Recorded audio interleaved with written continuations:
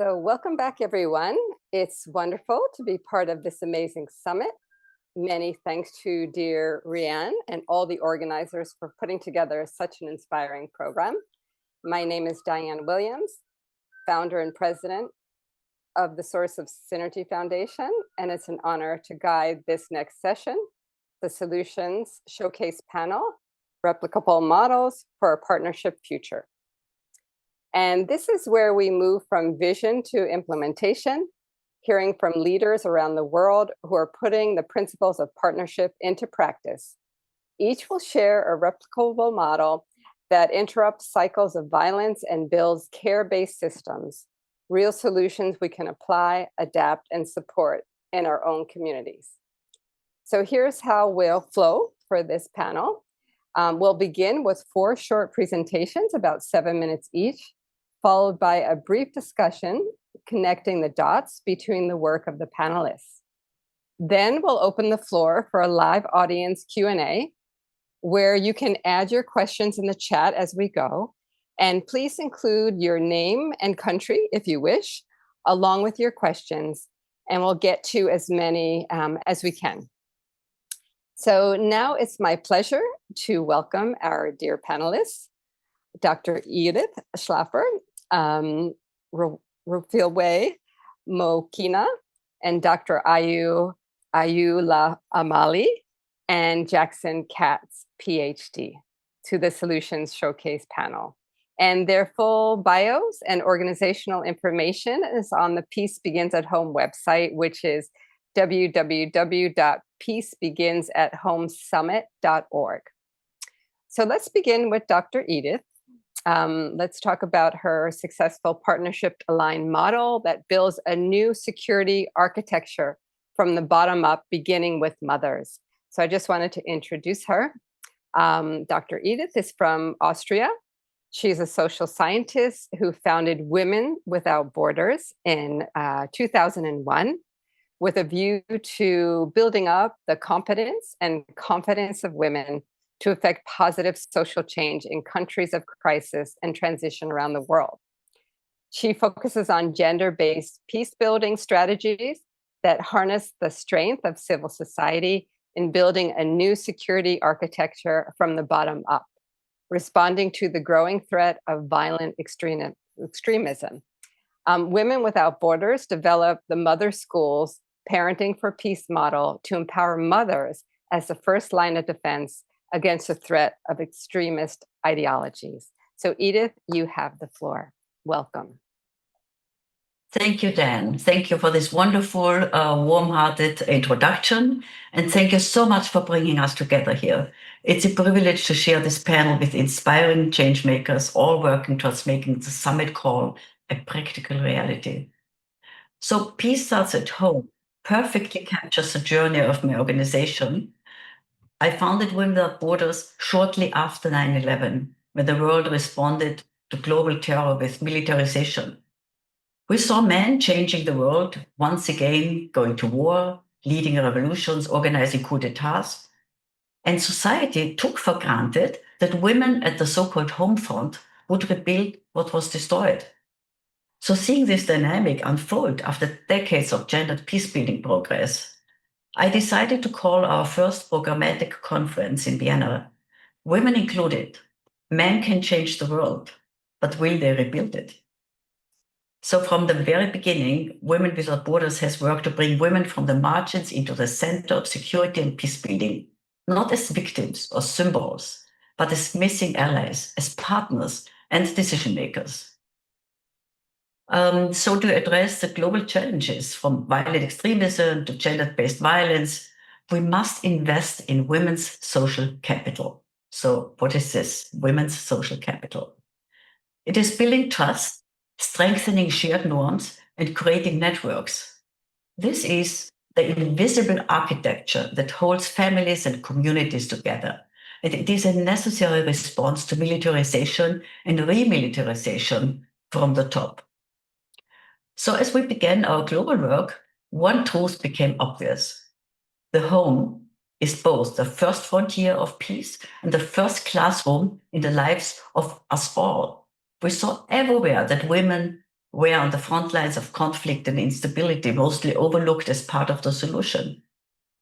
And mothers were not even considered in the prevention architecture. So working at the time with mothers whose children joined extremist groups opened my eyes to some hidden dynamics. I noticed that they were the first to sense that their children had been drifted towards extremism, but rarely they found a way to respond. And so we asked ourselves in our team, if moms are the first witnesses in their homes, could they also become the first responders? Are they our missing peace-building allies? Just imagine overlooking 2 billion possible security stakeholders, I thought. So we embarked on a research project with the question, can mothers challenge extremism? We did a survey with over 1,000 concerned mothers of adolescent boys, at that time adolescent boys, because they were more prone to tend to join radical groups, extremist groups. And we explored what these mothers feared, these concerned mothers, whom they trusted, and what they needed to keep their children safe. And what we learned, mothers trust other mothers most, followed by teachers and then other family members. And they were very clear on what they need: a safe space to meet, confidence and competence training, and parenting knowledge. So the data gave us also a clear mandate to translate the findings into an educational program. And this was the start of our global Parenting for Peace flagship model, the MotherSchools. Our MotherSchools started in 2013, followed by FatherSchools 6 years later. So what are they in practice, these MotherSchools? What do they look like? They are not physical buildings. They are embedded in the communities, convened in community centers or similar safe spaces. We collaborate with local partners, organizations worldwide who mobilize groups of mothers determined to address the whole spectrum of violence, including family violence and community threats. Classes of always 20 mothers meet every week with local facilitators. They can be teachers, psychologists, social workers who live in these communities and who Women Without Borders trains to deliver the MotherSchools curriculum, which has been developed over years. The sessions combine developmental psychology with practical exercises, how to start difficult conversations, listen without judgment, set boundaries with empathy, turn silence into dialogue, and fear into positive action. So the aim is to turn isolated caregivers into confident family and community role models. And over time, we realized and we saw that fathers too needed a place in this conversation because they often were barriers to the progress and full potential of their families. So through the FatherSchools, we now offer men a space to become allies, to question traditional gender roles, and to become engaged fathers and role models in their children's lives. And why does it work?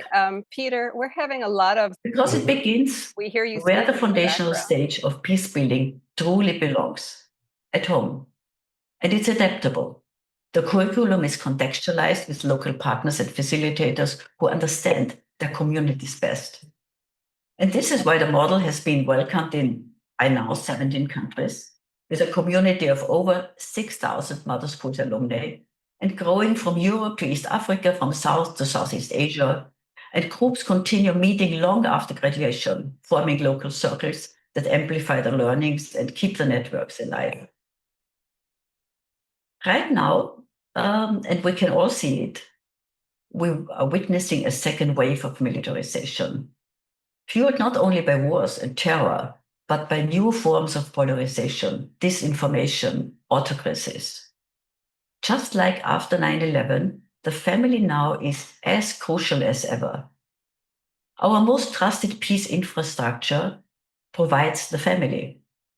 As Dr. Eisler highlighted earlier, we need to break through the dominance and return to partnership models. Parenting for Peace is one approach where parents are equipped to talk, to listen, and to guide, where prevention becomes personal, credible, lasting. And we have seen time and time again that families are not the soft side of peace. They are its basis. And if we strengthen parents, we strengthen the foundation on which our societies rest.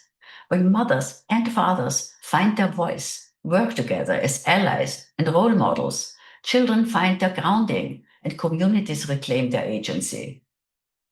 And I really think we need to continue to do the work locally, but at the same time, bringing the lived experience, the voices, achievements from the ground to the policy level. So we have to be both peace builders and bridge builders. We must ensure that governments take note of how families might just be those offline influencers, role models, and security allies we have been looking for all along. So thank you so much for your attention and dedication to peace building from the bottom up. Thank you so much, Edith, for sharing with us your powerful models that empower mothers to be peace builders, especially in countries that are experiencing crisis and transition. And we apologize for that background noise. I know that was a little bit distracting for you to continue, but it looks like they have it fixed now that they're muted. So hopefully that won't happen again. Okay, so next we'll hear from Refilwe Mokoena, that will share with us some of her work around trauma-informed and school-based initiatives that are an important platform for building child-led change, young people's leadership, and shared responsibility among community members for child safety and well-being. So Refilwe is from South Africa. She leads the Child Safety and Protection Program at the Nelson Mandela Children's Fund, which works with communities, schools, and children across South Africa to prevent violence and strengthen protection systems. Her work supports and focuses on trauma-informed approaches, child-led initiatives, and community forums that bring together caregivers, teachers, and service providers to make homes and schools safer for children. Thank you, Refilwe, for your work in empowering children to be safe through strengthening protection systems. So I'm going to turn it over to you. And please, you have the floor. Thank you. Thank you so much, Diane. And hello to everybody on the line. Thank you so much for having me. It's really a pleasure to be here. As was mentioned, I'm representing the Nelson Mandela Children's Fund, and our mission is actually to change the way that society treats its children and its youth. And I think that's an especially relevant mandate given the topic of peace building within the South African context, given the very, very high levels of violence that children in South Africa face every day. It's estimated that about 1 in 3 adolescents, so about 33% of adolescents, will be sexually abused by the time they reach that adolescence in our country. And other forms of violence and abuse, physical, emotional, are almost equally as high. So I'm very happy within that context to just share some of the learnings that have come out of a program that we're running in 6 of the country's 9 provinces. We've called it the Girl Power Against Violence Project, even though it does also include boys and other genders, and is really focused on addressing violence against children as much as possible at its root. And using a coalition partnership model. So I think, as has been already said, partnership is core to everything. No one actor can do anything on their own. So we partner with organizations, currently 12 of them, across those 6 provinces, who have very deep expertise in psychosocial support, trauma-informed methods of mental health support, healing, coupled with economic strengthening, as well as community building, because as much as it's important for us to target the individual children and the adults who are responsible for keeping them safe, we also know that communities and that overall system are critical as well. So the coalition partners come together to strengthen those two. So maybe if I go a little bit more into our trauma-informed approach, Basically, it's implemented either in individual or group sessions with school children. We mostly work with children between the ages of 10 and 17. We also work with their educators, their caregivers, firstly, just to improve knowledge about violence. I think because violence is so normalized in South African society, some of the things that happen, some of the things that are done, people don't actually recognize as being violent. So we really unpack, what are the causes, the symptoms, and particularly the intergenerational nature of violence in the way that it happens in our country. And then that is combined with a strong emphasis on trauma. So what is trauma in terms of how it manifests when a child or an individual experiences violence? How does it impact the child's brain development? How do they feel it, in their body? How does it then impact their relationship to themselves and to other people? And I think what we found is that a lot of times when we run these kind of sessions, it allows the adults who've also grown up in those very same communities to process their own trauma, because we're expecting them to become a safe space for the children, and they often can't do that as effectively if they're still holding on to unresolved trauma that they haven't even realized was there. So that's been one of the most powerful impacts that our partners have told us that they've seen. And I think the other one is that we've also seen that children are increasingly more open with adults. So 91% of them now, and we've been implementing this program for a little bit over 1.5 years, say that, I know where to go if I need to report something. And maybe even more importantly, 80% of them actually feel that I have a safe adult who I can talk to, not just in terms of reporting an incident, but just who I can confide in about what it is that I'm going through as a child. And we've also actually seen their uptake of social services increase from about 45% at baseline to 65% now, which might sound low. And of course, we're always looking to improve that. But I think it's also important for us to understand that reporting in itself is quite a vulnerable act for children, including for the adults who actually have a legal mandate to act when they hear or even suspect an incident of abuse, because children often live in the same neighborhoods, communities, sometimes households as the perpetrators of violence. So it's quite a challenge for them to feel safe to come forward. So we're proud of the results that have been achieved to date, and are looking to continue kind of strengthening, doing that deep trauma-focused work so that we can really strengthen those intergenerational relationships. As was also mentioned, once children have gone through a kind of base level knowledge, capacity building, they are also then encouraged, empowered to initiate their own projects. So some of them have actually come up with school-based committees of their own where they've said, we're the safety committee of our particular school. We know what are the most critical issues that we're facing, which can include cyberbullying, which can include simple things like how the security at the gate treat us as we're coming in and out of school. And they then propose solutions to the adults in charge, the school management, and also run, campaigns within the schools, just talking, to other children about what actually is violence, what you're doing is actually bullying or harassment, and this is how you can change that. And then lastly, just quickly on the community strengthening, we also work to institute or strengthen multi-stakeholder coalitions that exist at the community level. And this can be something as simple as ordinary citizens who said, we've had enough of the level of violence in our community, a lot like a neighborhood watch community, where they put their hands up to say, we're going to work on keeping children safe, and then work hand in hand with officials like the police, social services, social workers, government department representatives, educators, and of course our NGO partners as well. And we have started to see even a shift in terms of the acceptance of violence at the community level and amongst duty bearers as a result of the awareness raising campaigns of those coalitions, and have also seen them come in very strongly when there have been serious incidents. Sometimes we have gang rapes that happen in schools, and they'll be the first line of defense to come in and address that with the police, with social workers to support the school infrastructure.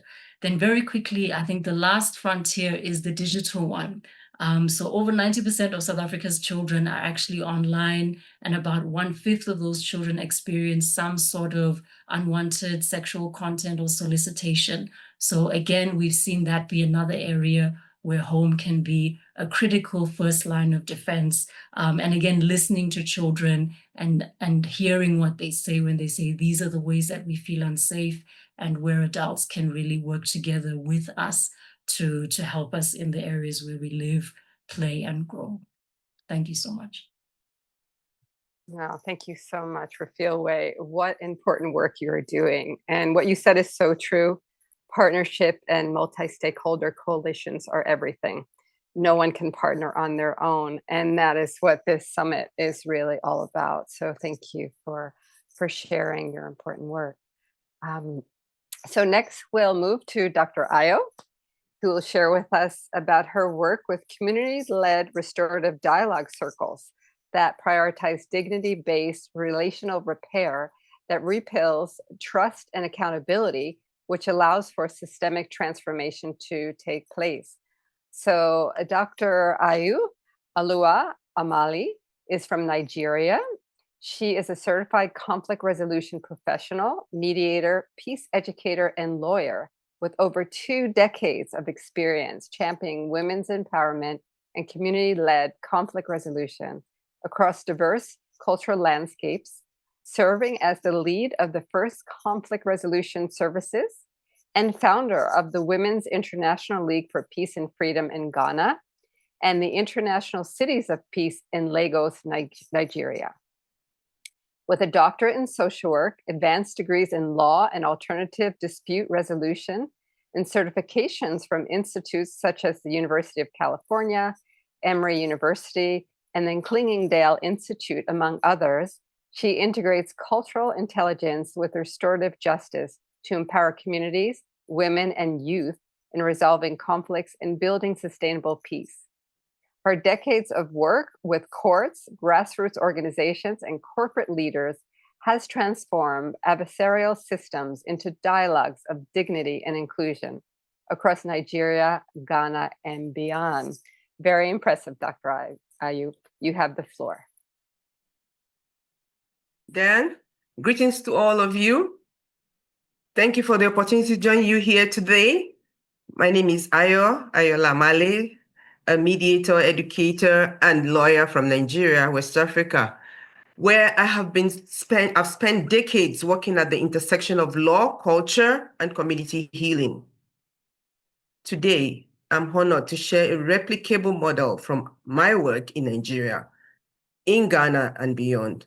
One that embodies dignity-based legal repair, cultural peace stewardship, and relational justice. This isn't just theory.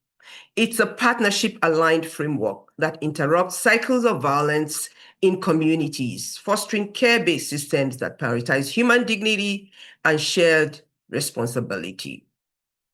Let me take you on a journey through a model I will call the cycle of relational repair. For sure, we say CRR, which has been successfully adapted in over 20 communities across West Africa.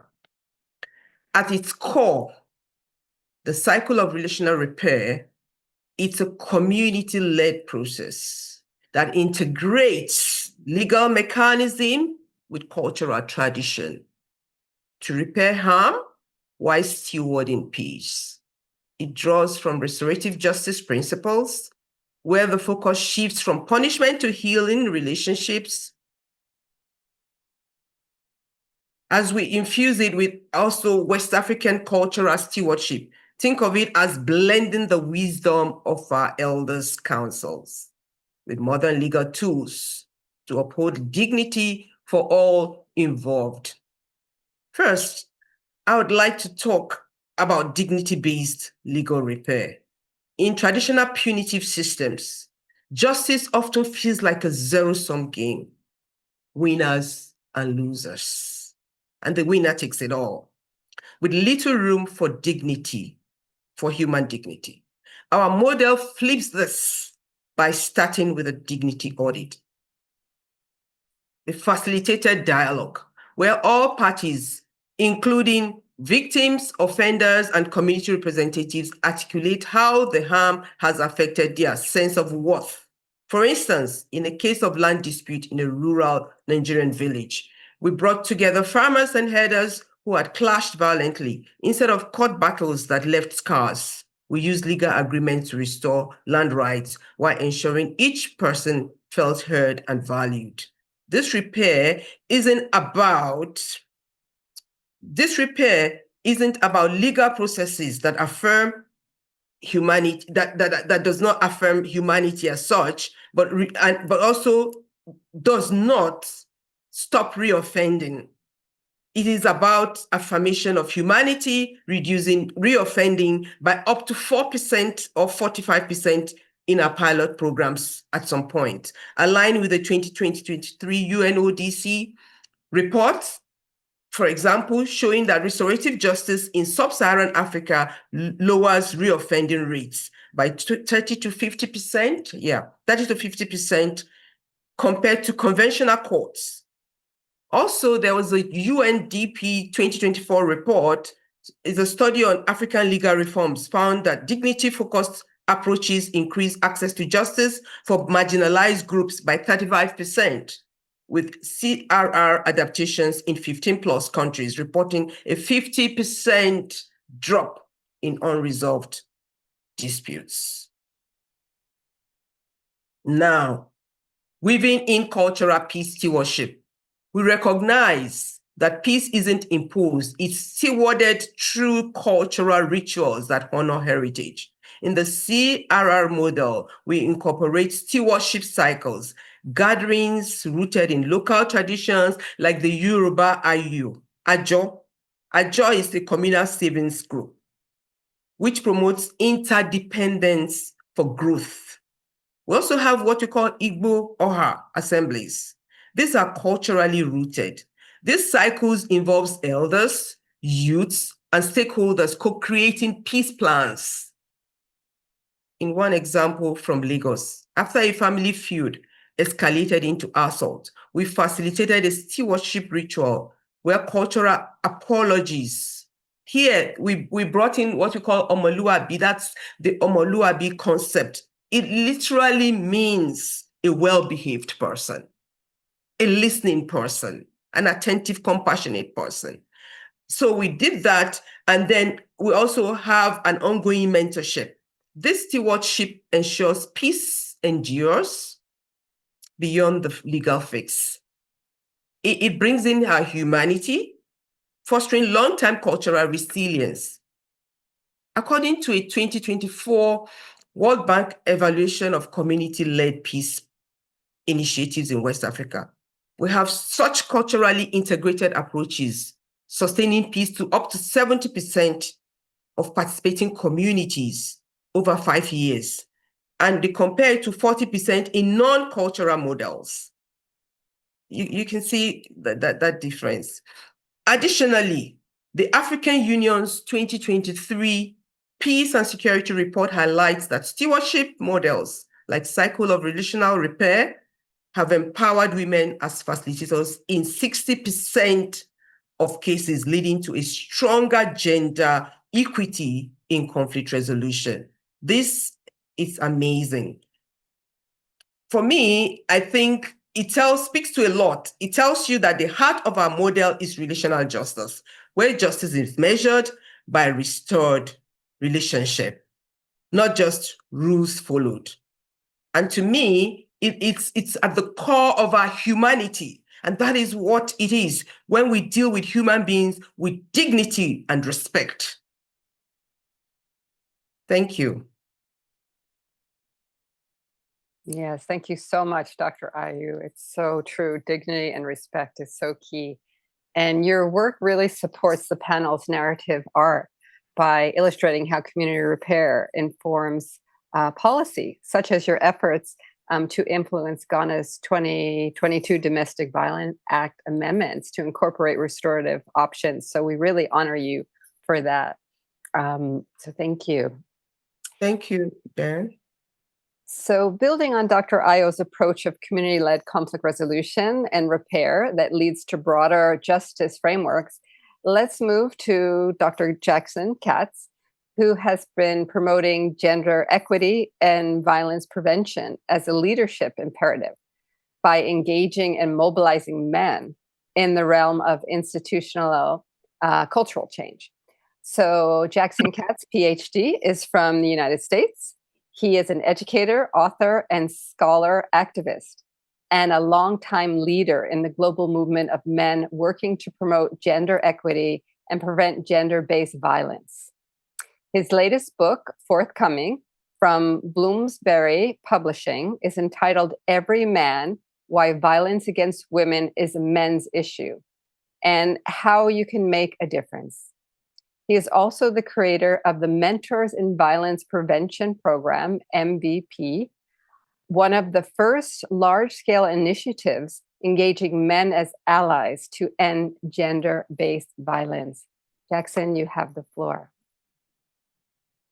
Thank you very much, Diane, and thank you to all my fellow panelists. There's fantastic work that you're all doing. And I want to say how honored I am to be both part of this panel and part of this day. This is such important work. I want to make one observation about part of Diane's introduction to me. She said I work to engage and mobilize men.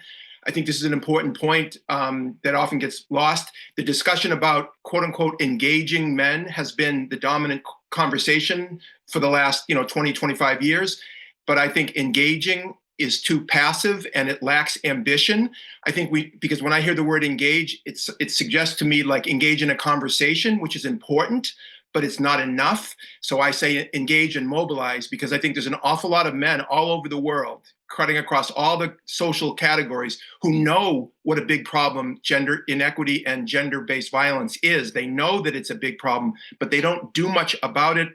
And that's why I say mobilize, because I think we already have a group that is already ready to hear what they can do and be mobilized in that effort. And a related point to that is I bring a sense of urgency to my work, to this panel and to my work, because we have gigantic problems in the world, and with the rise of right-wing populism and authoritarian governments, which is directly linked to a backlash against feminism and against women's advancement and LGBTQ advancement.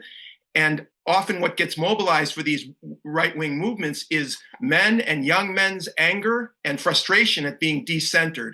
And so we have to be much more active in the way that we talk, think, and work with men, and we need to mobilize men in this effort. And I have to say, women's leadership, both here today, but also, and Dr. Eisler, obviously phenomenal lifelong leader, but there's so many great women leaders all over the world, but there haven't been enough men. And this is a missing piece of this whole sort of puzzle, if you will. And I have to say, one of the things that I do in my work is use accountable language. And using accountable language means saying things like, instead of asking how many women were raped or sexually assaulted in a given country, we say how many men raped women. Or instead of saying how many girls were abused, we say how many boys abused girls. Or instead of saying how many teenage girls got pregnant, we say how many men and boys impregnated teenage girls. Instead of saying violence against women, which is a passive phrase, we say men's violence against women, which is more honest and accurate.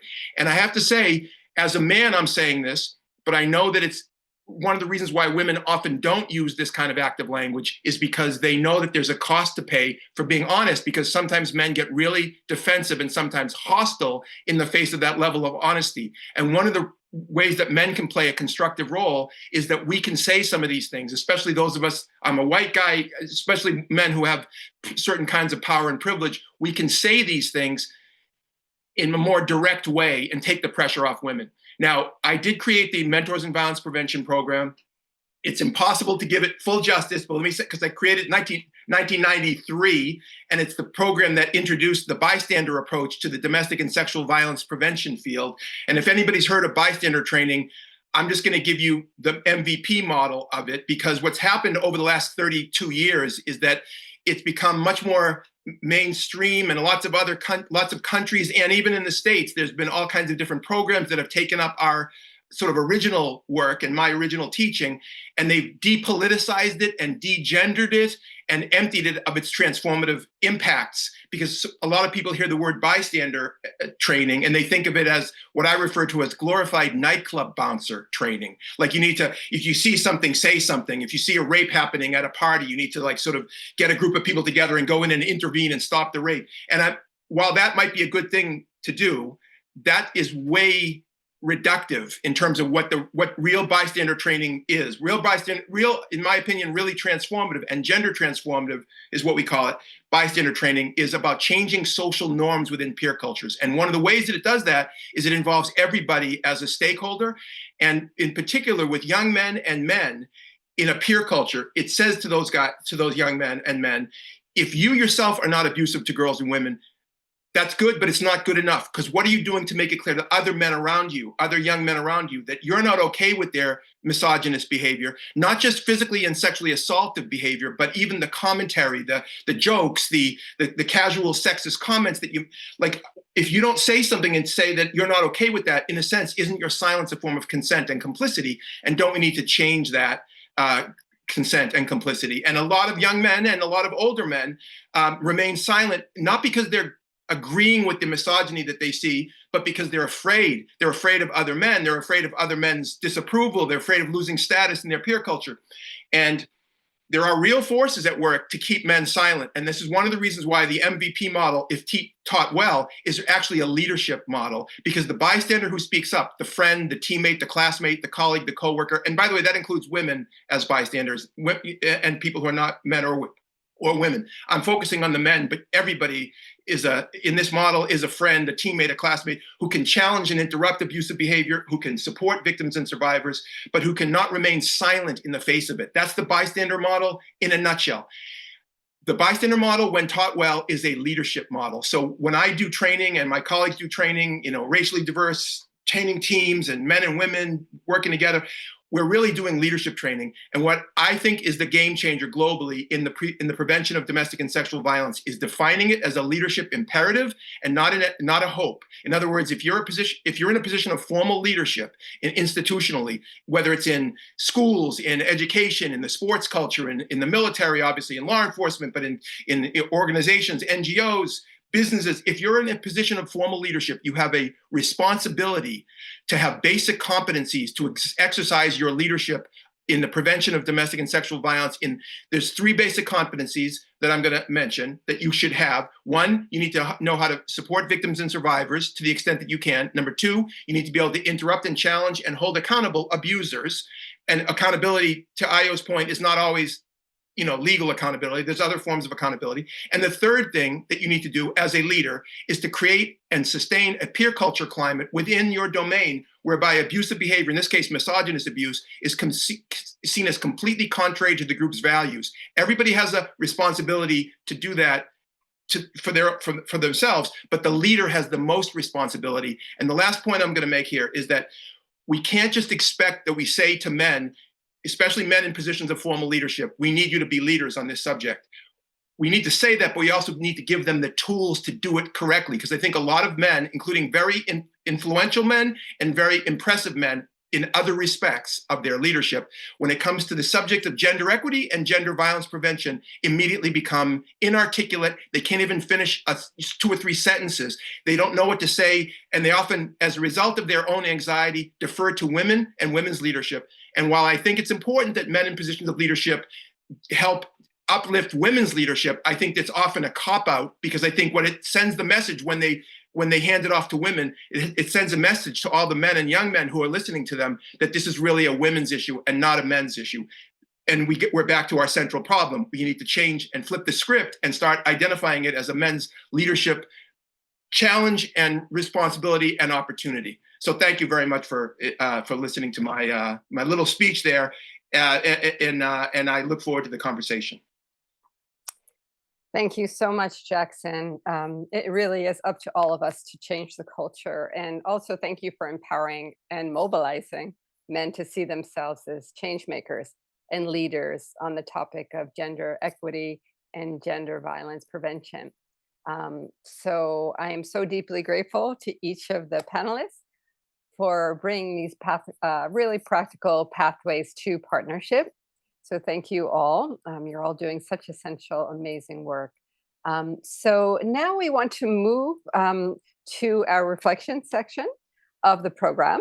And we have a couple of questions we want to ask the panelists, and anybody's welcome to jump in, after I share the question. So the first question is, the topic of this summit is Peace Begins at Home. So what does peace begins at home mean to you personally and in the work that you're doing? And the second part of that question is, what's one piece of advice you'd offer to someone who wants to break a cycle of violence in their own home or their community? So the floor is open.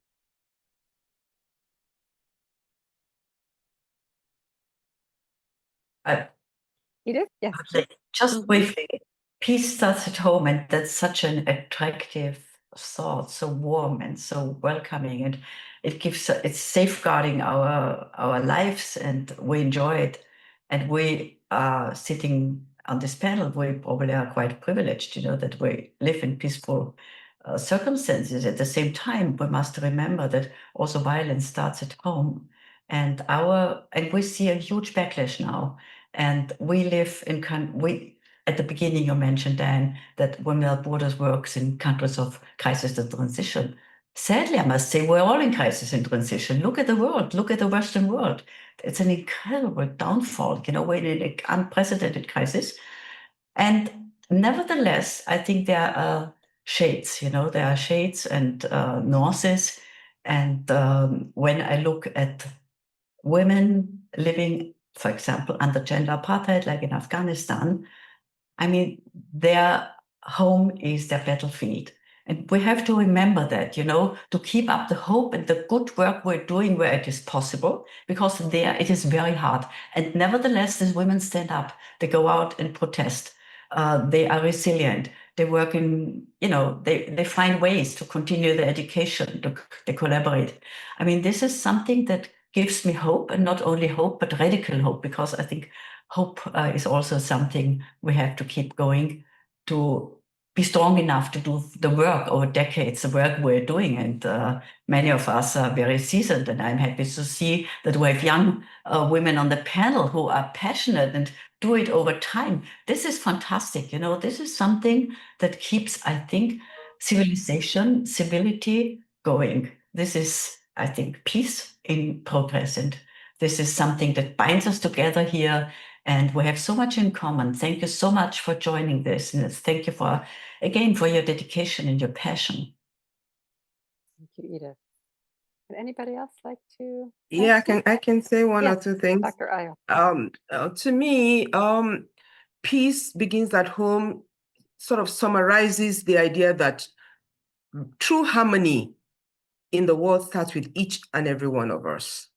It starts with the foundation of our own lives, our relationships with others, our habits, our environment. Personally, it resonates as a reminder that inner peace is the bedrock for everything else. It starts from inside, and towards your family, how the man treats his wife is going to affect how the boy child grows up or the girl child grows up to feel a man should behave. So these are the little things that are so, big, huge. So personally, it resonates as a reminder that inner peace is a bedrock for everything else. In my daily existence as a conflict resolution professional, it means fostering constructive interactions, respect. When you communicate, understand that others are also valuable, they need to, be listened to. This is very, very important. I strive to respond with clarity, empathy, and truthfulness, and respect, helping users, clients who are in front of me to navigate complex topics without escalating conflict. So it's also about modeling. Yeah, modeling calm conversations, being calm, even on divisive issues, even when you don't agree.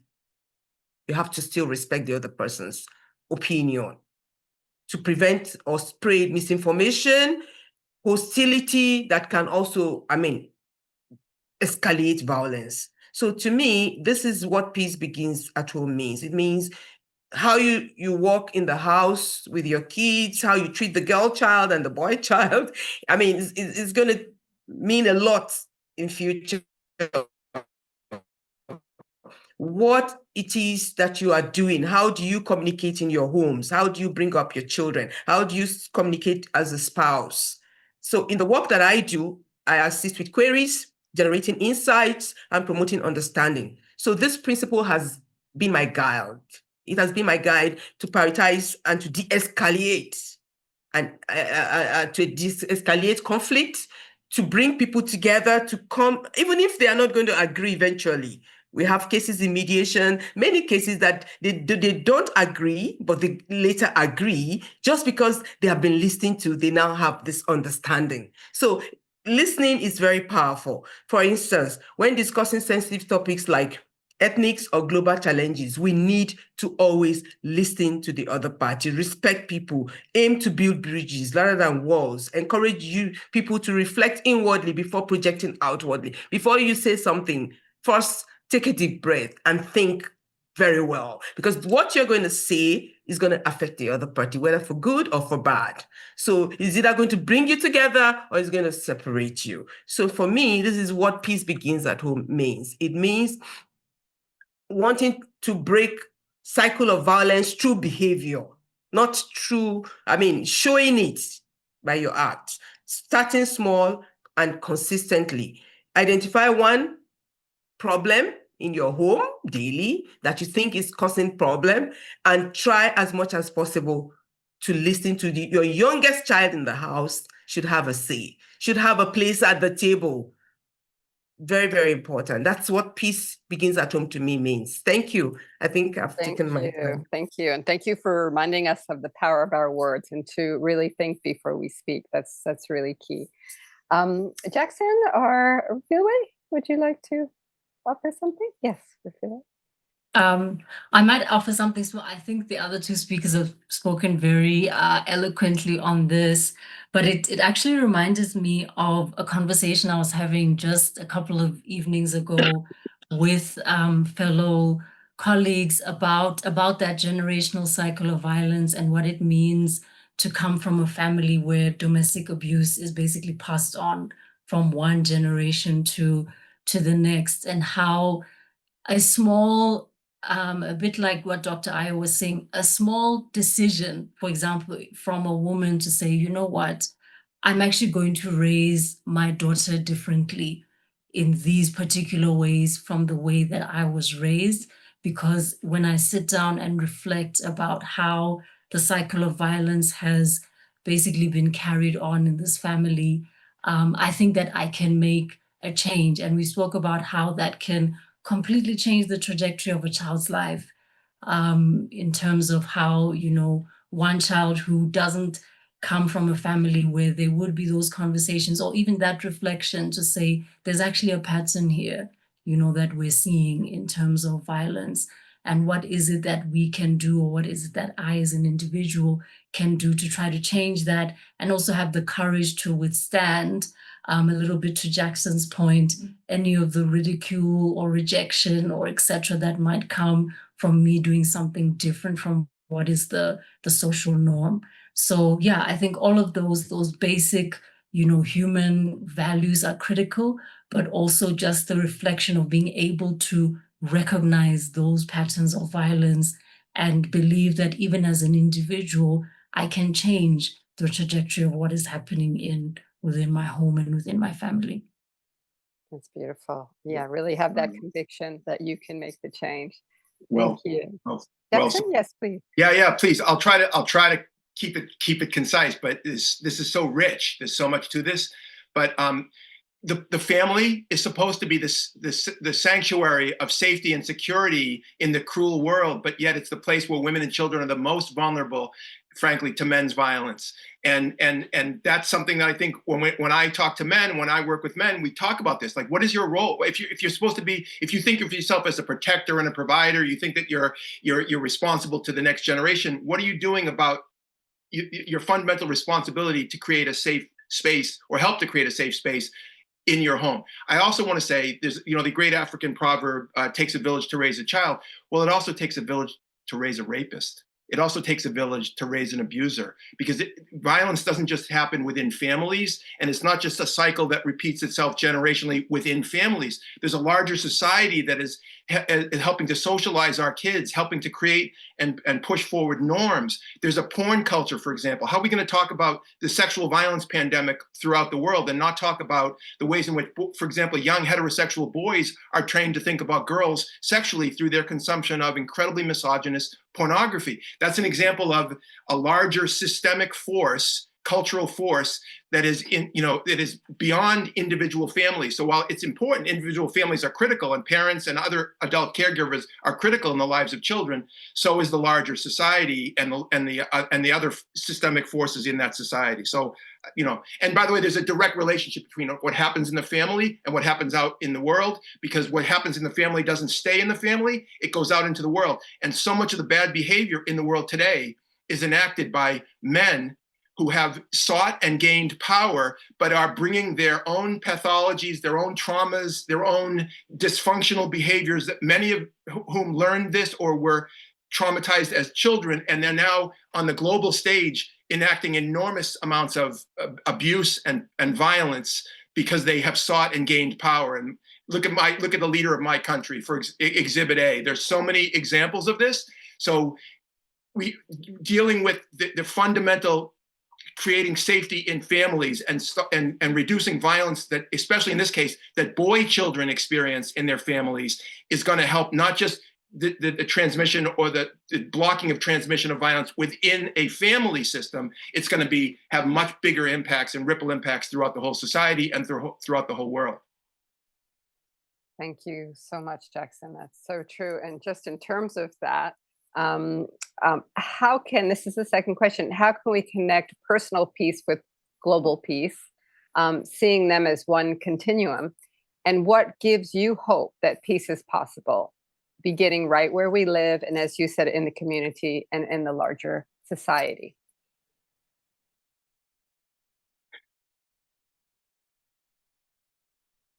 Go ahead, Jackson. You can start if you like. What gives me hope is that number one, the alternative is too dark to even imagine. So we have to keep hope, and there's millions and billions of people, good people, who are trying to struggle through and make good lives. I think what gives me hope is that I don't think it's been tried. I think there's an awful lot of men who haven't yet spoken up, who haven't used their leadership, who haven't used their powerful voice. I think what gives me hope is that when I work with men, I can see, and boys and young men, a lot of them are eager for positive models of masculinity that are life affirming and not abusive and not traumatic. I think a lot of them are desperate for it. They might not have the words, they might not have the ability to articulate their longing in this regard, but I know that myself, Gary Barker, there's a whole bunch of us who've been working in a racially diverse global north, global south context, all for decades, many of us. And we know when you get in a room with a lot of men and young men, they're eager to be part of the solution, but they have to be pushed, they have to be educated, adult men need to show them that it's possible. We can't put the pressure on young guys to take risks when they see older men not taking risks, because that's not fair, because the pressure on younger guys to conform is so intense. So what gives me hope is that when you do the work and when you have institutional buy-in and political leadership that's responsive, you can make transformative change. But I think we have to be ambitious in this moment. We can't just think about retreating into small, individual, atomized, family units. We have to think about systemic change. We have to build political support for this stuff. We have to fund programs and institutional transformations that are actually responsive to these kinds of issues, especially in the case of gender equity and gender violence prevention. And the world, frankly, is going in the opposite direction right now. And one of the reasons why we have so many problems in the world is because we're going in the wrong direction. What gives me hope is that we can turn around, and we can if we can get more men involved, then we can build the coalitions with women's leadership, which is the predicate for all the positive transformation, women's leadership in a multiracial, multi-ethnic sense. If we can build that on that leadership with a critical mass of men, then we'll create a tipping point for the real transformations that are necessary. Yeah, important. Anybody else before we go to the audience question? Okay, let me just say one or two things. Yes, please. Personal peace and global peace are interconnected, no doubt, because our individual actions and our mindsets scale up to collective outcomes. As we all said, it starts from the home and then outside. What we cultivate in our homes, compassion, kindness, tolerance, empathy, nonviolence, effective communication skills while relating to others, ripples into communities, into nations. We've seen what is happening in the world. So many wars. Some are even, triggered based on words that are exchanged. And then, for example, we need to practice active listening in family disputes. That I know will give me a lot of hope, because most families are broken because of lack of communication skills. Very, very important. You have disputes arising because of lack of skills, better understanding, and even diplomatic negotiations are also, very important. We need to reduce our personal consumption of divisive media, because for me, the media is so huge now, and there's so much negativity. Of course, yes, we know that there are, thanks to the global village, the AI and the technology, that's why we're here today. We're having this summit in this way. The positive side is huge too, but what about the downside? It's killing our children, breaking our homes, scattering our communities. What are we going to do about that? We need to dialogue. It also comes back to dialogue. So global conflict often mirror unresolved personal traumas and vice versa. We have Pierre it as one. We recognize that advocating for peace abroad requires first embodying it at home. It starts from the home back again. Peace begins at home, creating a feedback loop of positive change. So we need to always go back home. That's where our roots is, where we come from the home. How do we show that we're real human beings with human values? How do we show it outside, not say it by our behavior, by the way we communicate, by the way we relate to other people? Thank you. Thank you, Ayo. So what I'd like to do now, since we only have, I think, less than 10 minutes left, if Refilwe or Edith want to, add their response to the question I just had, but there's some direct questions for you that I'd like to ask, if that's okay. So Refilwe, let me ask you, an audience member said, peace is meant to begin at home, but the home itself can be unsafe. What might be the first step or layer of repair? Thank you so much for that, Diane. I think what I would say is actually quite similar to what has been said, is basically rebuilding those human-to-human relations, our sense of connection, first of all, to ourselves, because again, I think for me, that's been one of the biggest learnings from our kind of trauma-informed work, is a lot of how you treat others is also related to how you see and treat yourself. So rebuilding that sense of connection to yourself, and that sense of responsibility to others. I think a lot of what we also discuss in South Africa is that with time, that sense of, and I'm sure our phrase Ubuntu is well known, throughout the world, of essentially what Jackson said, it taking a village to raise a child, that has become diluted. where, we see incidents of violence happening within families, sometimes quite extreme, related to trafficking, etc.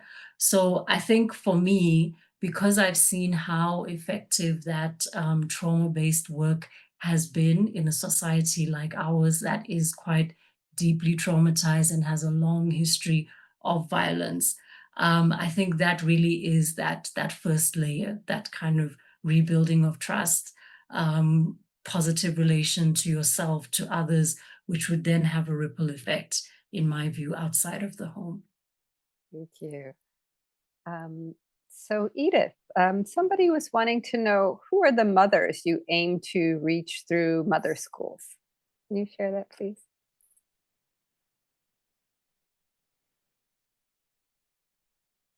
You're on mute, Edith. Can you hear me now? Yeah.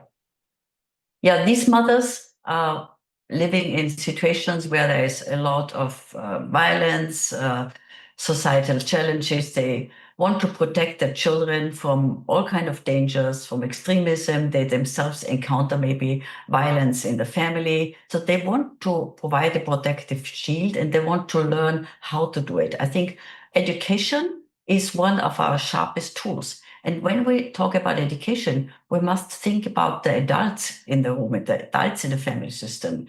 We all think of the youngsters, but the fathers, the mothers themselves must become role models. I mean, this is stronger. Any example is stronger than words, than,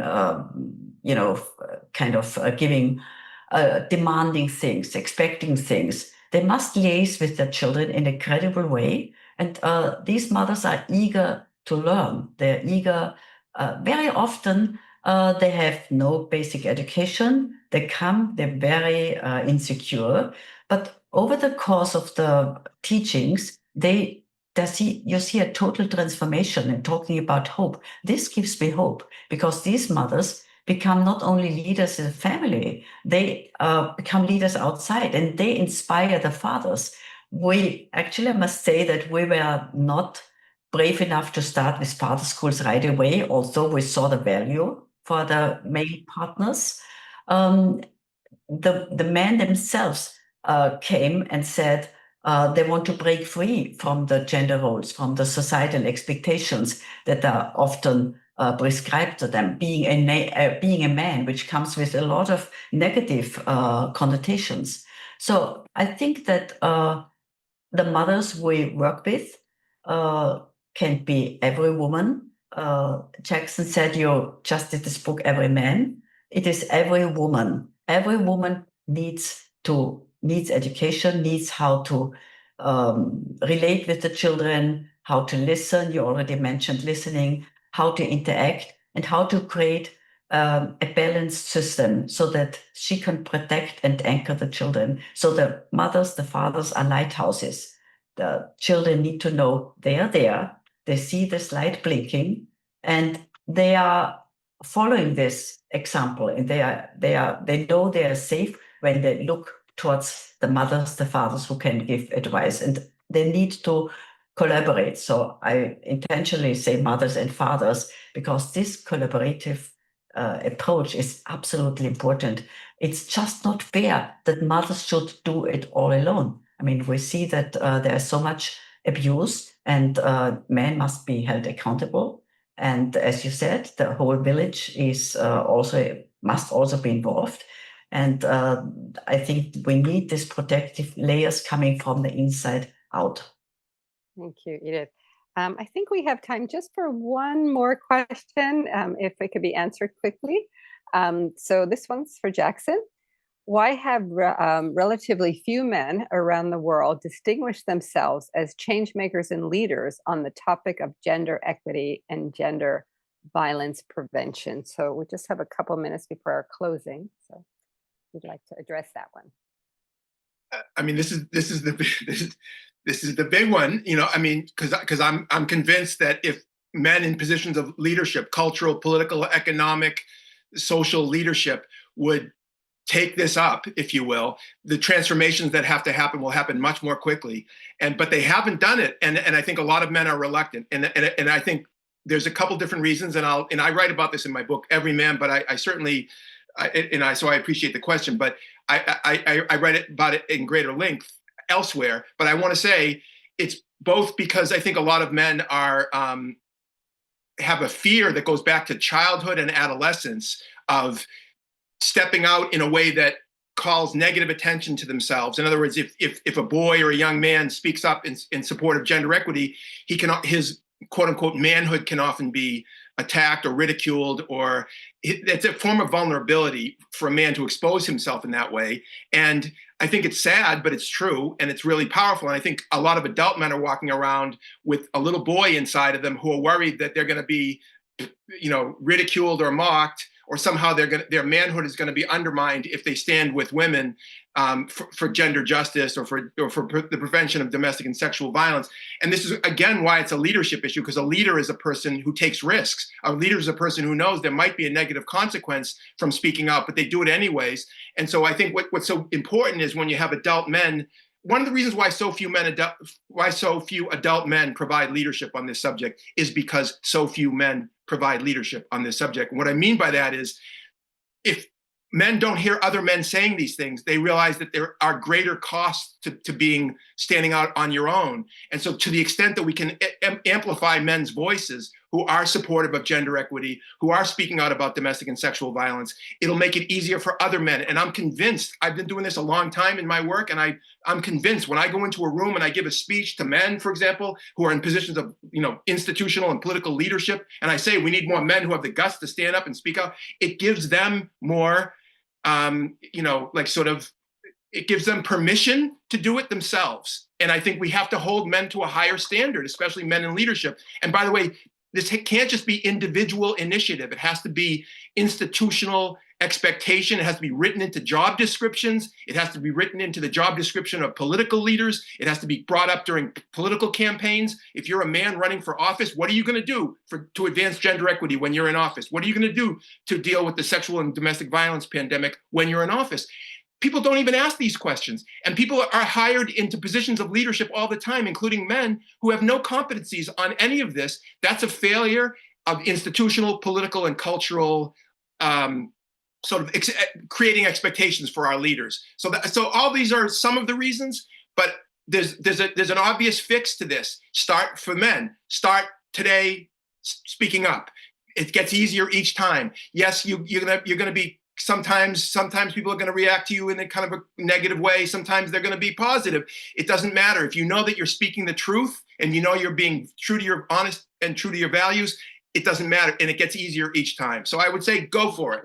Thank you. Thank you so much, Jackson. So key. I see we're coming to a close. Many thanks to our amazing panel, Dr. Ayu, Dr. Edith, Refilwe, and Jackson. Amazing conversation. And I just want to say, as we close, one great takeaway from this summit is that there will be a post-summit handbook co-created from the summit speakers' input and from the chat. So you'll be able to, everybody out there will have access to that. All of the summit participants will receive it. And this ebook will be available approximately 1 month after the summit. And all of the registrants of the program will get a copy of the handbook before it goes global. And once it's released, it's going to be shared with policymakers, educational institutions, NGOs, and other change makers. So hopefully all of your voices will get out there. And I just wish to acknowledge all of you once again for reminding us that peace does begin not only in our families, but in our schools, in our community, in our world, and especially the way we speak and listen and respect each other on a day-to-day basis. And when we nurture kindness and understanding in every aspect of our lives, including, as we heard today, in how we model respect for mothers and children and empower them to lead, and how we handle conflicts, and how we teach our boys and men to promote gender equity and gender violence prevention, it sends out ripples of harmony into the world. And may these compelling models our panelists shared inspire us to be peacemakers in all aspects of our lives so that we can uphold the safety and dignity of all. And together we can build a culture where violence has no home and where peace will prevail. Thank you so much, everyone.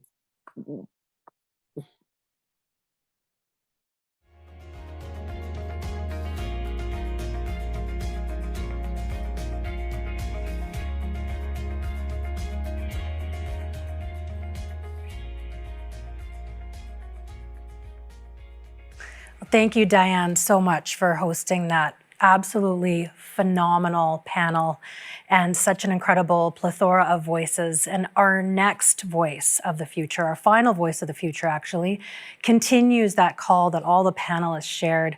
From India, Lisapriya Kengujam is a climate activist and founder of the Child Movement. She speaks for a generation demanding urgent action and accountability from those in power. At just 14 years old, her courage reminds us that partnership with the planet must also mean justice for its people. Please welcome Lisapriya Kengujam. Kurumjari Namaste. Hi everyone. My name is Lisapriya Kengujam. I'm 14 years old Indian climate activist and the founder of the Child Movement. I'm also the special envoy for the president of Timor-Leste, and I'm fighting to save our planet and our future. Thank you, Peace Begins at Home Summit, for inviting me. It's my honor to speak here today. You see, I was born in Manipur, which is a small, beautiful northeastern state of India bordering Myanmar. But I grew up in Bhubaneswar, Odisha for my schooling reasons. And when I was growing up in Bhubaneswar, Odisha, my life was struck by Cyclone Titli in 2018 and Cyclone Fani in 2019. And during those two cyclones, I couldn't eat, I couldn't even drink the water. And I was very young at that time. I was just a young child, a young toddler. Later, I moved to Delhi in 2019. And then again, I faced the heat waves and the intense high air pollution level in Delhi. So after facing all such environmental issues, it inspired me, it motivated me to become a child climate activist. During my journey, many people told me that you are too young to get involved in such activism. But I proved them that age doesn't matter to make a difference. I'm big or small, it doesn't matter. And I'm a young teen, I'm a girl child who strongly believes that every child can lead the change. You see, climate change problem is not only for me or for you or for someone else. Climate change problem is for each and every person living in this world. You see, each and every child living in this country, living in this world, are already the victims of today's global climate crisis. And sacrificing the lives of those millions of poor, vulnerable children for the failures of our leaders is unacceptable at any cost. I have a dream. I have a dream where there are bicycles on roads instead of fossil fuel vehicles. I have a dream where there is no coal power plant and thermal power plant and is replaced by the clean renewable energies. I have a dream where every child living in this world have the access to clean air to breathe, clean water to drink, and clean planet to live. And asking clean air to breathe, clean water to drink, and clean planet to live is all our basic rights. Today's global climate crisis that we are facing in the very front lines is caused by the rich nations, is caused by the developed countries. And we are just the victims of it, vulnerable victims of it. We, the global south, deserves climate justice now. And there will be no climate justice without the climate finance. So rich nations, rich countries must give the loss and damage funds now to the global south. We deserve climate justice now. Our voices from the global south have been neglected by our leaders, especially of rich countries, rich nations, and the global media for long. We are not responsible for the global climate crisis, but we suffer the most as a result of them. And we are fighting the climate change in the front lines, but we're not in the front of the newspaper. So we want climate justice. We want you to pay for the loss and damage. We deserve the equal attentions. And one message, one thing that I would like to say to the young people is that you must hold lawmakers accountable for their political decisions. The first step to save our planet is to change your behavior. And all our little things can make a huge difference. When I started my journey, I was alone. But today, I have thousands of love and support across the globe. Many people talk about freedom. But what is real freedom? Freedom is when you can protect your land and environment. Freedom is when you can protect your children's future, culture, and health. Freedom is when you can read and write. Freedom is when you're out of hunger. And freedom is when no one can discriminate you on the basis of caste, creed, color, gender, or any other discrimination. And lastly, freedom is when we are all together in this fight. So let's fight for our freedom. Thank you. Jai Hind. Sonale Baf Manipur Ni Aifre. Thank you once again.